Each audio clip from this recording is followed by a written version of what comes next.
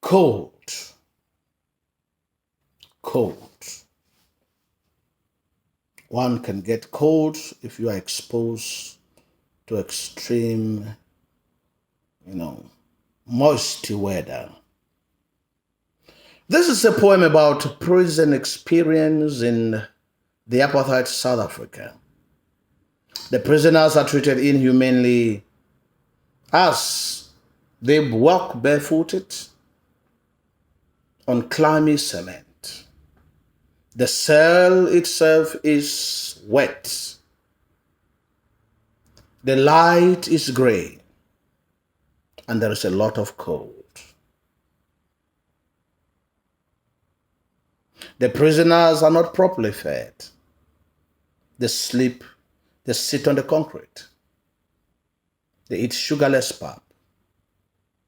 The prisoners are then lined up and chained and brought to submission by the prison wardens for the discharge. The wardens consider them simply as rats that can be shot at any moment. When there is a line in the poem that says, "They were worse than rats.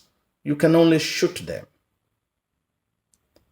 Early in the morning, the prisoners are chained on their ankles and raised as they move to carry out labor. The early morning grass is covered with dew and they begin to move to carry out the day's labor. We begin to move awkwardly. The prisoners have no choice other to put up resistance or accept their fate. There is eloquent display of racism when the warden refers to the prisoners as rats rather than human beings, highlighting racial discrimination. The poem captures the desolation during the apartheid era in South Africa. The poet, being a radical, is kept in prison for observation before being transferred to the notorious Robben Island. In order to expose the evil entrenched in the apartheid government, the poet deliberately handpicks words that are similar to everyday language. The imagery cuts across visual, taste, smell, feeling, and sight. There is an outright abandonment and some sort of isolation. The inhumane treatment recounts his transfer to Robben Island, chained, barefooted, bare-bodied, and with inappropriate accommodation. He captures this experience with visual images such as climbing cement, naked feet, damp gray walls.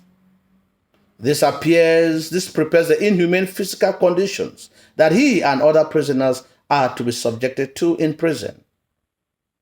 He also uses expressions such as the stubbled,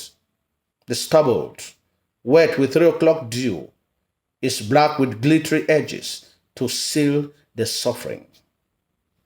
The speaker uses the first person plural we to show the mental drain the apartheid system makes blacks to go through.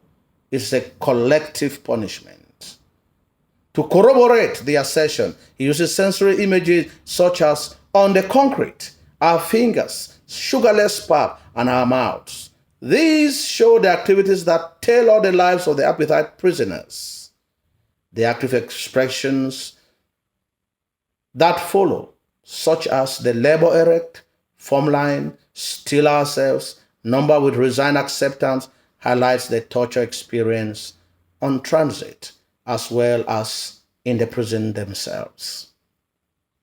The prisoners no longer find hope in themselves or in the system because the reality is what they see in front of them.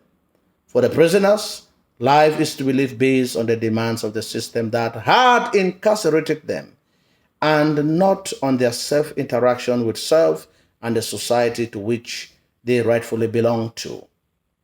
Also notice the warder's comment, which translates the inhumanity that runs through the apartheid government.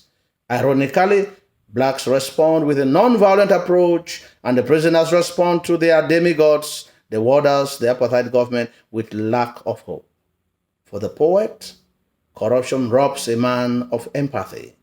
This is visible in the warder's comment when he says, "Things like this I have no time for. They are worse than rats. You can only shoot them." This clearly shows how people have sold their consciences on the altar of service to a bad cause or government like that of the apartheid system.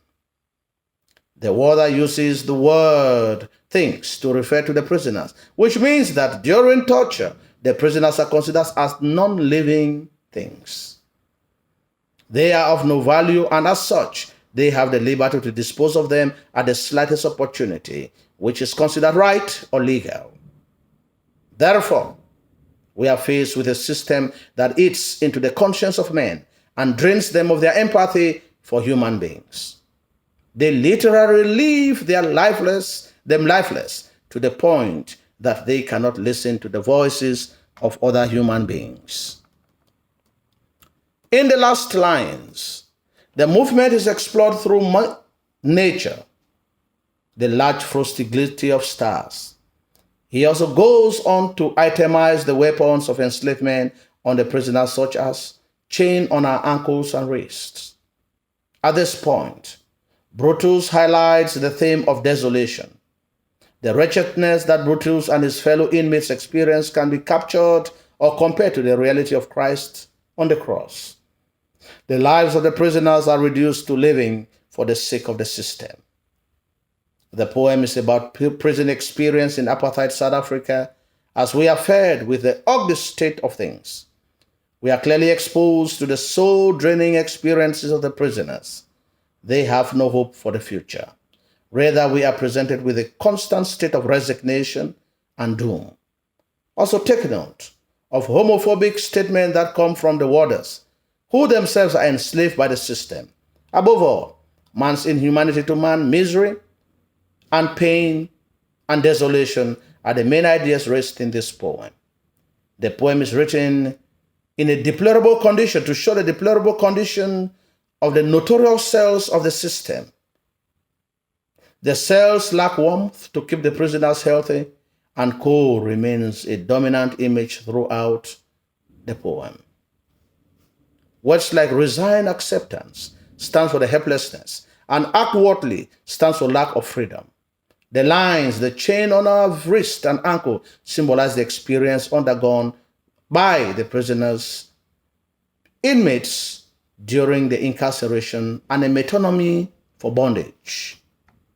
The tone is bitter because of the inhumane treatment inflicted on the inmates and the fact that they are referred to simply as things, to signify that they are less human beings. The poet's attitude is that of condemnation as he condemns man's inhumanity to man and the dehumanizing prison conditions to which the prisoners are subjected to. Such treatment takes away one's human dignity and pride because of their helplessness.